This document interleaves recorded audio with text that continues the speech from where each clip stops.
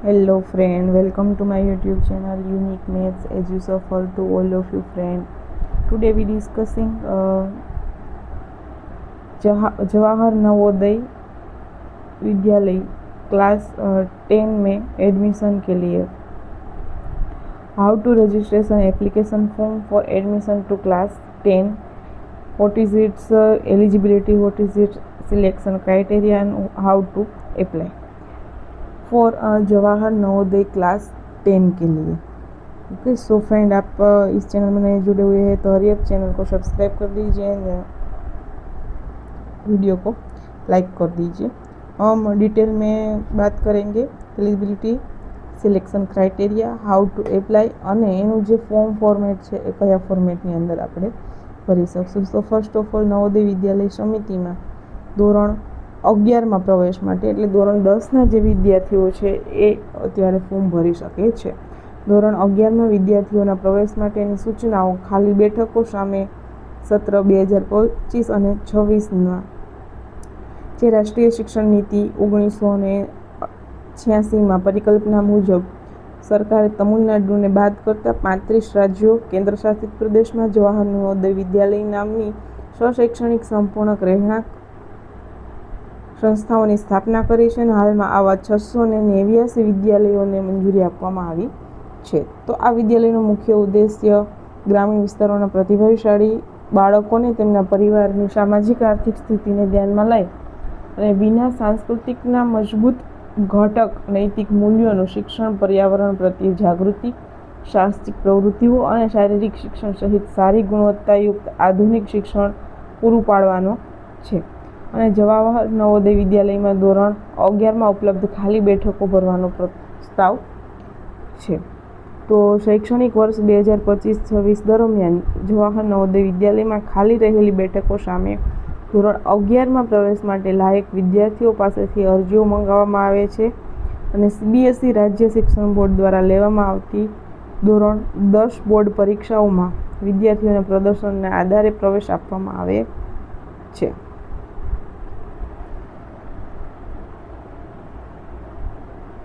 તો એની પાત્રતા શું છે? તો ફર્સ્ટ તો જન્મ તારીખ જે છે ઉમેદવારની જન્મ તારીખ 1/6/2008થી લઈ અને 31/7/2010ની વચ્ચે હોવી જોઈએ।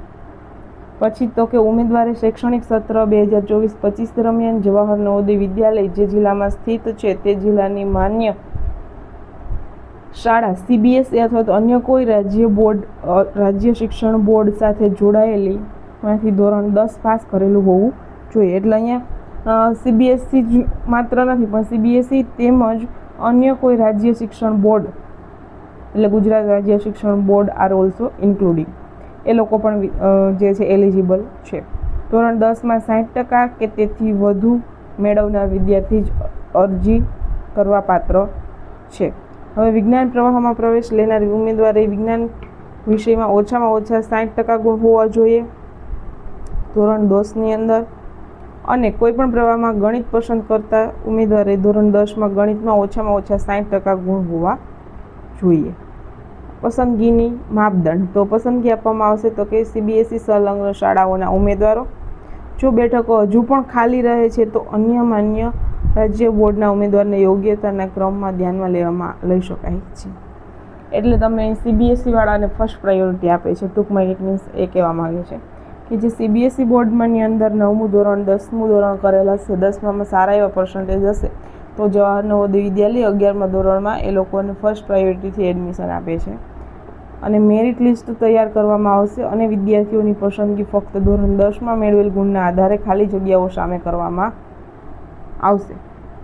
એટલે અહીંયા કોઈ તમારે એન્ટ્રન્સ એક્ઝામ આપવાની થતી નથી, માત્ર ને માત્ર તમારા ધોરણ 10ના માર્ક્સ ઉપરથી તમને ગુણના આધારે ખાલી જગ્યાઓ ભરવામાં આવે છે। જવાહર નવોદય વિદ્યાલયમાં તે સ્ટ્રીમ મુજબ મેરિટ યાદી નક્કી કરેલા માપદંડો અનુસાર તૈયાર કરવામાં આવશે।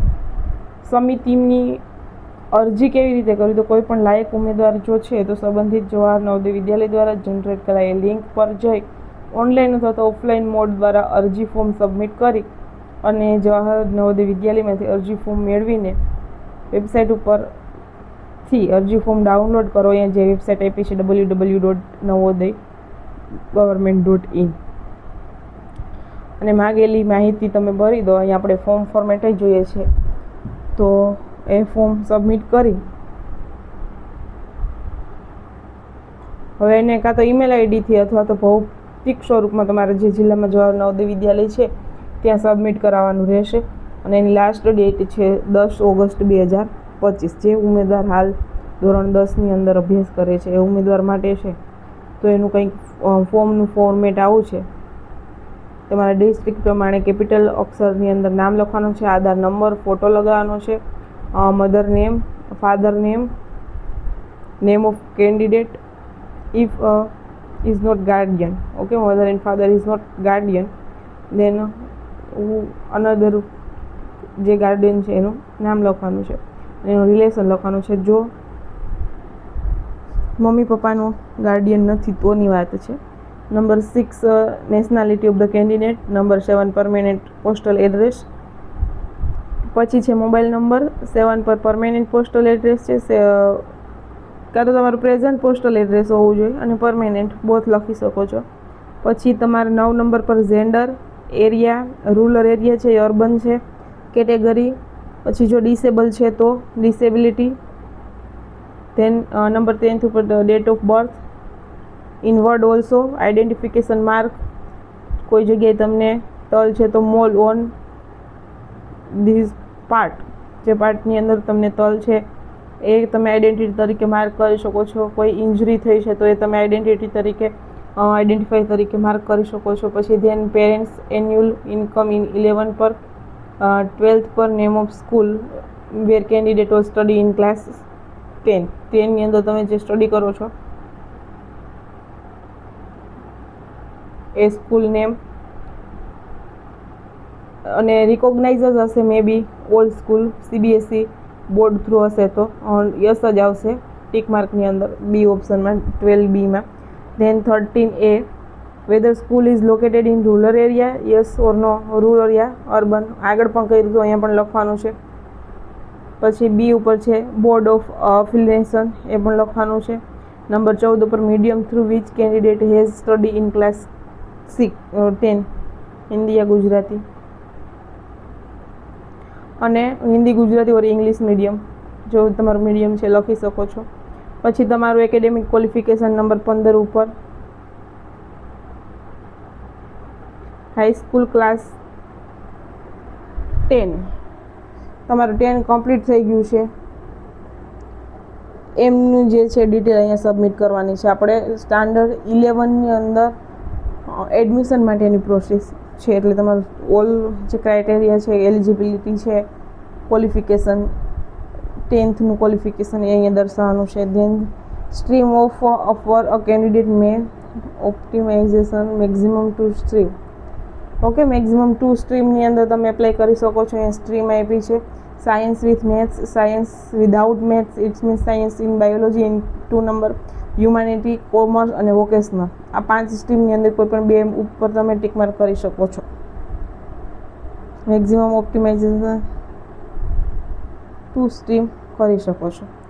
ઓકે, અથવા એ બી તમારે બોથ રાખવું છે તો તમે 1 અને 2 બોથ કરી શકો છો. Declaration by candidate and guardian. પછી તમારા પેરેન્ટ્સની સાઇન આવશે. Signature of candidate with date also લખવાની છે. અને ફોર ઓફિસ યુઝ ઓનલી, એટલે તમારા ઓફિસની સાઇન સિક્કા જોઈશે, પ્રિન્સિપલના સાઇન સિક્કા જોઈશે. અને સિગ્નેચર ઓફ JNV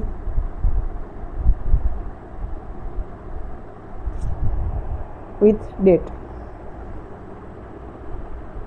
ઓકે, એટલે અહીંયા પછી તમે જે ફોર્મ સબમિટ કરાવો છો ને ત્યારે પછી અહીંયા જે આગળ છે ને ફોર ઓફિસ યુઝ ઓનલી, એટલે તમે જવાહર નવોદય વિદ્યાલયમાં